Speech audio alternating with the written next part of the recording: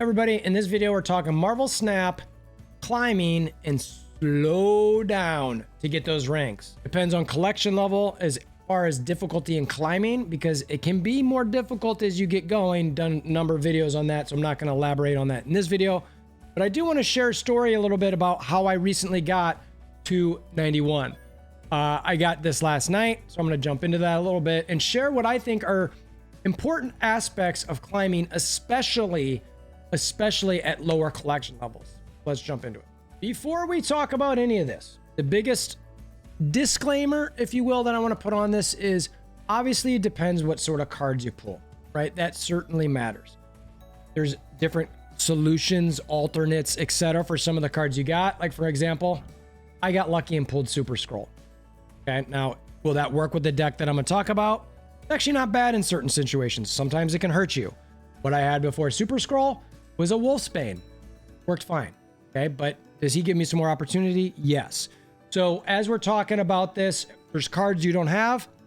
There's always alternates. I did a video on this the other day, so I'm not, again, going to elaborate on this gigantically, but this is the deck I'm using. It's a negative deck. The part that I like about it is I know whether I'm going to win or lose more than likely pretty early on. And so that helps me do some pretty decent cube gains. Now, is it always guaranteed? Obviously not. That's the whole point of the game. But I can read the tea leaves, so to speak, earlier to know like the chance for success. So I do enjoy playing this sort of deck with it. And I plan to keep doing that and hopefully reach infinite in my second season. The reason I want to put this video out there is because there's a lot of talk about collection level and how hard is it to continue to rank up depending on your collection level. So last season, my first season in the game, I kept my collection level under the 486 mark before, so that I wasn't into a different elo that everybody said was a lot more difficult. I wanted to avoid that. I knew it was potentially hard, and I wanted to see if I could make infinite underneath that. Now, I did get Zabu. Obviously, that helped pre-nerf. So I wanted to challenge myself in the second season and say, can I do this with a higher collection level and not all the cards that I thought I would need to play successfully? I can't tell you how many times someone would say to me, well, where's this card? Well, where's this card? I'm like, I don't have it. I don't have it. All I've got are these cards that I'm playing, and I'm doing the best I can with it.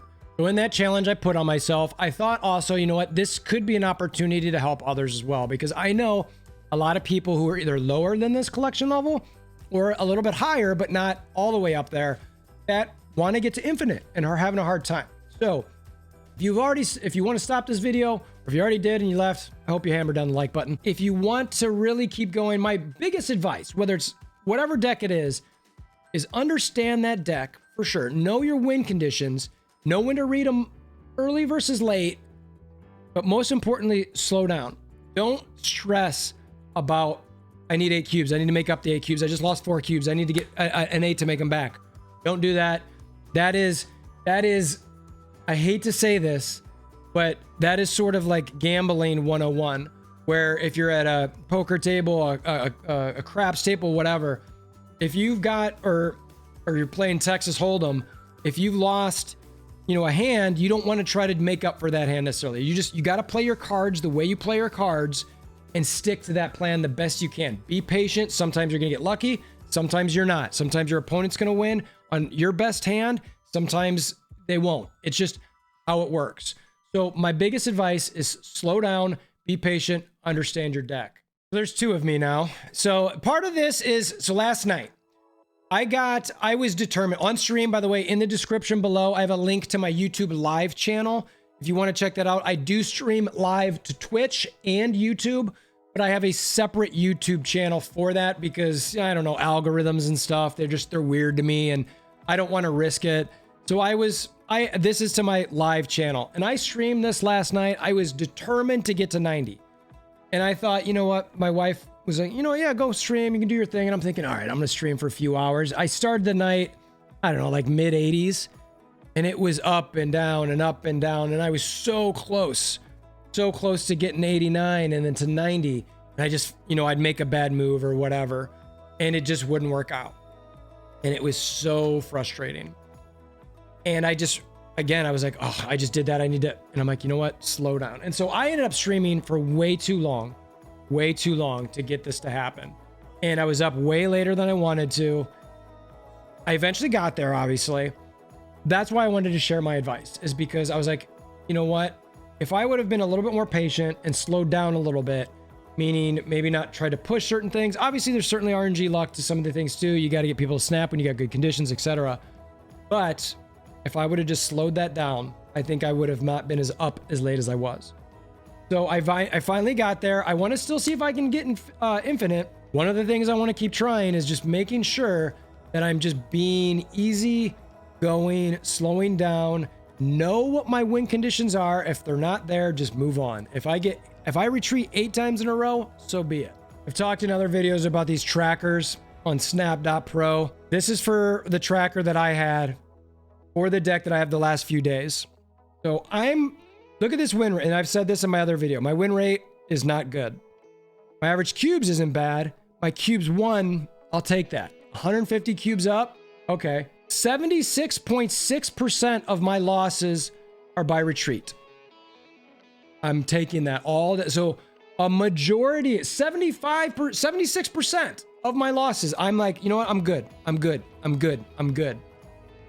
Now, 31 of my wins are by retreat. 31% of my wins are by retreat. So maybe someone reads the cards. They know that's not a good situation. They're out. 81% of my wins are after a snap. That is really good for me. That means I'm going to get a high cube return. And this is 21, almost 22 hours played, a total of 331 games. That's a ton of games in the span of 5 days. Tons.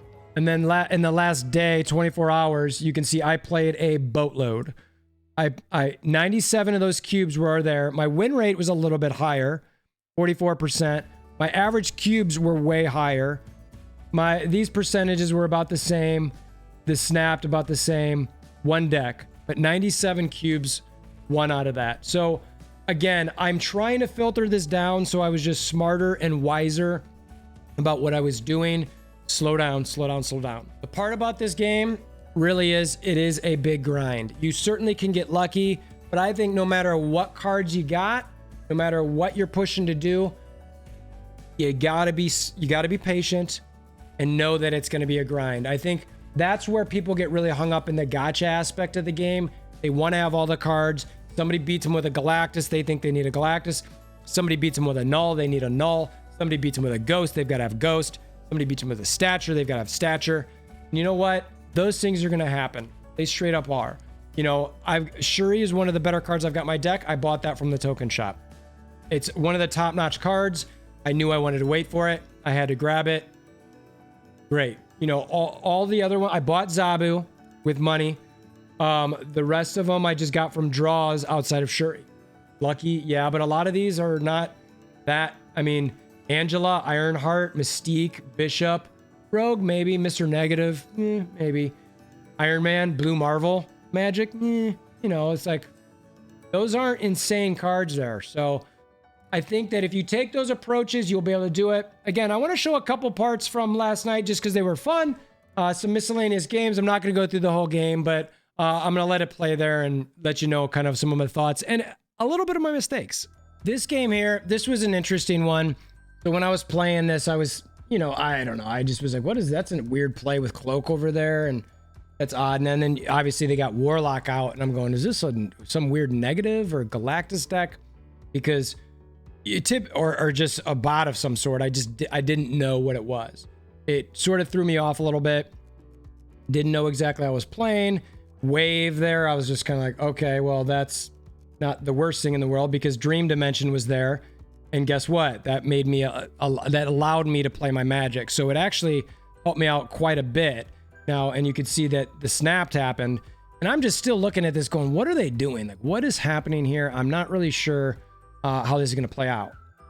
Boom, Galactus. And I get and I honestly, like, I guess that makes sense from everything that went out there. Now, lucky for me that I got my negative out. And lucky for me, I got exactly what I wanted in my hand. So, and this is part of the thing that, again, just knowing what you want, knowing what's in your deck. Like, after they snapped, I sort of was like, okay, does this make sense to me to keep playing this? And as I go back to my hands here. So you can see early on, like, so no snap. As soon as they snap, I'm looking at my hand and I've already got Shuri, I've got the Mystique, and I've got an Iron Man, and I happen to get a Shang-Chi from them from the Daily Bugle. So I'm going, I've got really good cards in my hand. And I'm like, okay, I know this is a stay situation. Like, great. I'm staying, that's fine. I obviously played Magic. I was gonna play Magic on the right-hand side there, but it didn't even happen because Galactus nuked everything. So I had one chance here to do anything. And luckily, those 3 cards can win me so much. Now, in this case, obviously I couldn't play the Mystique because I had to play the Shuri, but with a card like Ironheart in there, I went in there and it was fine. And I was successful here. I snapped. They thought they were in great position. Obviously with a negative deck, that's something that you could learn. As soon as you see Mr. Negative out there, you're going, hold on a second. But I didn't even get to extend the game. So that's a situation where you're going, your opponent might be thinking, they've got you. I snap. And it's like, okay, let's see what happens here. Like, and I was going through what they might have, what they could have in there. Death, of course. Shang-Chi, which was sort of a weird play because they had priority, luckily, because then I would have lost my Iron Man there. But this was a really good, fun game from last night that made me feel good about those cube gains. And that's the sort of thing that you can do with this deck, or just like I said, being patient, knowing your deck, know where you're at. They snap, you've got decent stuff, keep going. This match ends up being a mirror match. Negative zone obviously is never fun. You can always magic that out of there. Bifrost is somewhat of a pain in the butt, but so I start my hand in this situation not great. I don't have a lot of early cards to get, meaning a way to get my negative out earlier. It's Zabu. So I have to play my Mr. Negative on turn 4. I've only got 3 cards out by the time turn 4 hits. Obviously that's not great, but I find a way to potentially get this work. Now, this one in particular is like a super scroll situation, which I understand not a lot of people, and it's like, oh, Mr. Negative, oh, Mr. Negative. So we're both playing negative decks.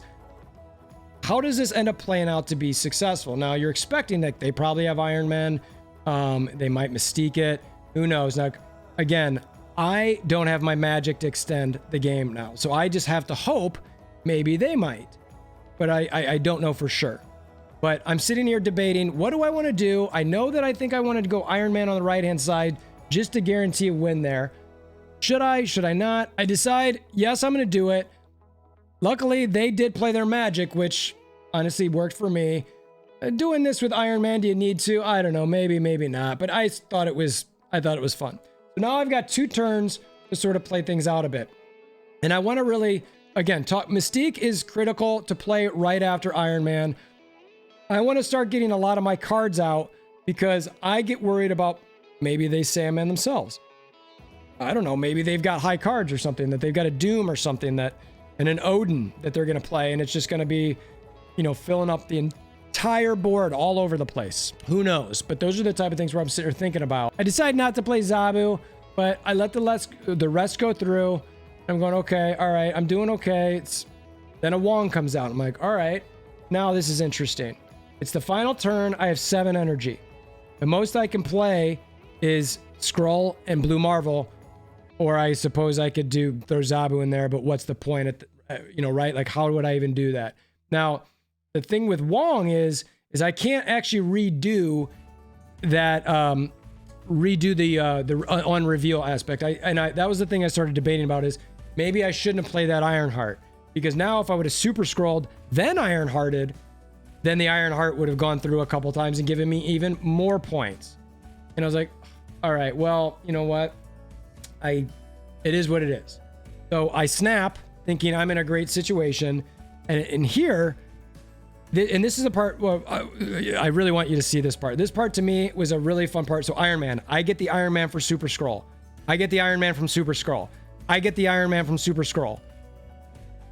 And it's like, okay, so my Super Scroll makes that left side 120. And I was just kind of like, holy cow. Now I ended up losing the right side with my Iron Man, but my Super Scroll by himself over there was just, before the Iron Man, I was at 12, and then 15.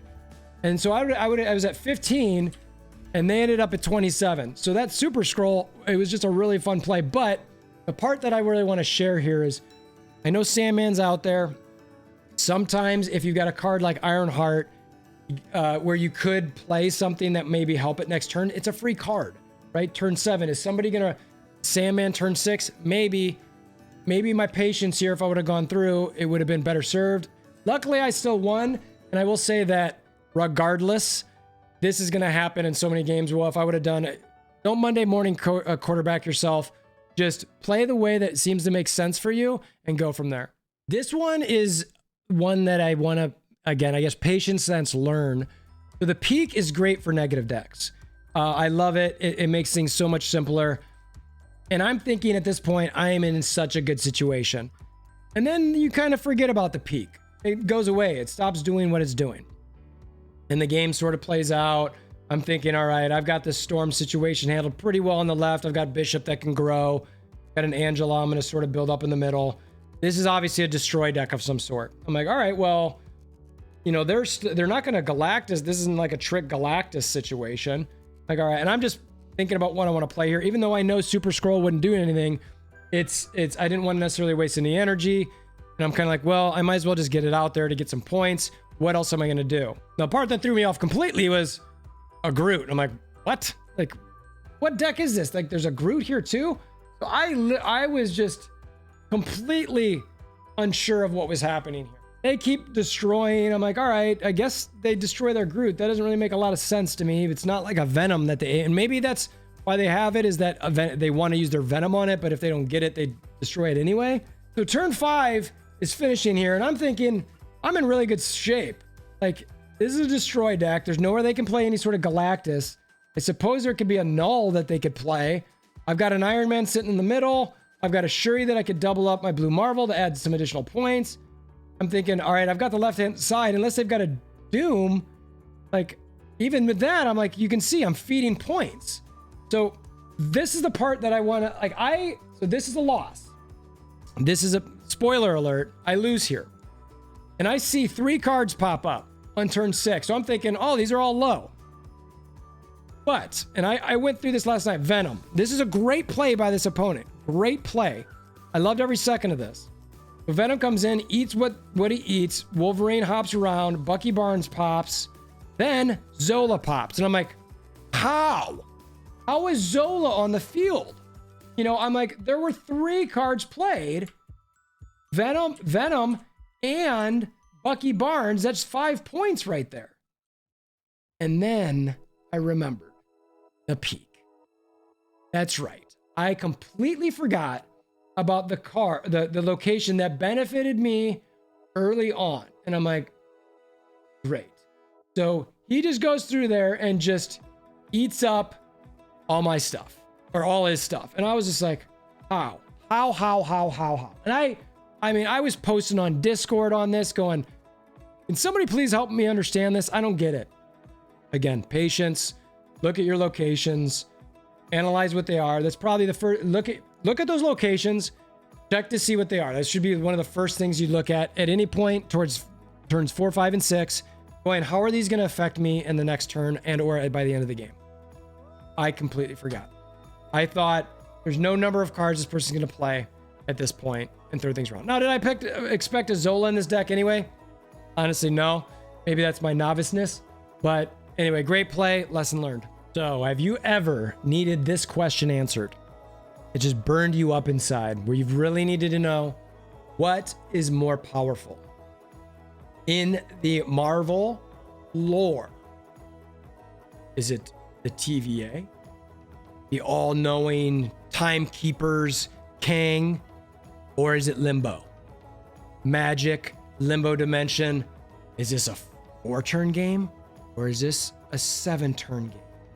And that's what I'm debating right above me. Now, at this point in the night, as you've probably seen based on the duration of this video, it was a long night. I needed to turn off the lights. I didn't want them on too much longer. I just, you know, that stuff being bright, I'm sure if you've ever streamed or anything like that, it can be pretty intense. So I was in the dark. And you know what? I was in the dark. Luckily, I won, but guess what? The TVA is what wins. It is not anything other than that. It's TVA beats Limbo. My last game of the night, obviously, is the one that I dinged 90. Shout out to Rob. He was in chat at that point. I was, again, very exhausted. You can even probably tell my voice a little bit. But this was a pretty fun matchup. They were doing a destroy deck. I wasn't necessarily getting the things that I wanted. We got snap action going on. I'm looking at what I've got. I'm like, what is going on here? I just accept it. I don't think it's a good idea, but that makes sense to me. They get the Hulkbuster. They've got a giant Deadpool going, and I'm like, oh, great. All right, I got to extend this game. I got to get Magic out there. See, now that could help this player as well, because depending on how many destroy cards they've got in their deck, they might be able to help get Deadpool bigger, bigger, and bigger. Now, I'm hoping at this point they don't really have a lot, because I'm like, all right, we've got a Killmonger out. We've got a Carnage out. Like, what more do they have in their hand? Now, this is turn 6, and I'm just really thinking about, like, what do I want to do? I'm exhausted. It's, I don't know, 2 in the morning or whatever it is, 2:30 in the morning, up way later, but I was determined. Then he Taskmasters. I'm like, oh my gosh.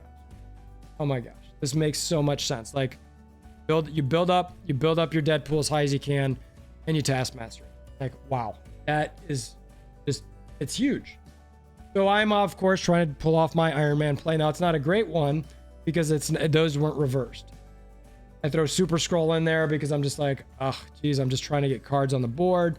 What could this person possibly be doing? At this point, what are they going to do?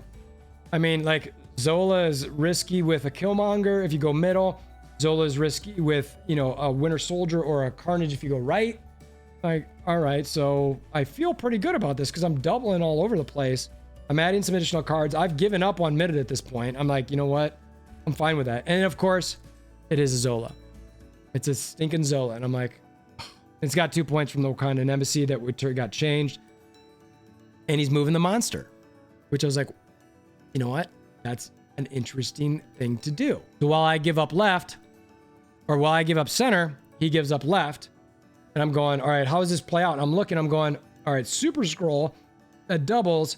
And luckily, I mean, this was close. This was so close. The difference between left and right. And that was the game that took me over. So again, I was getting close to 90. I dropped down a bit. I got close again. I dropped down a bit. I just kept grinding. So that's really the thing that I want to end this with is keep grinding, stay patient, slow down the best you can. You're going to have good luck. You're going to have bad luck. Don't stay up as late as I did trying to stream unless you've got the extra time. My throat's suffering today. If you want to throw some love out there for the sore throat, or this was slightly entertaining or any sort, or is helpful at all, please consider hammering down that like button. Share with your aunts, uncles, nieces, nephews, grandmas, grandpas. Appreciate it. And until next time, we hope you have a wonderful day.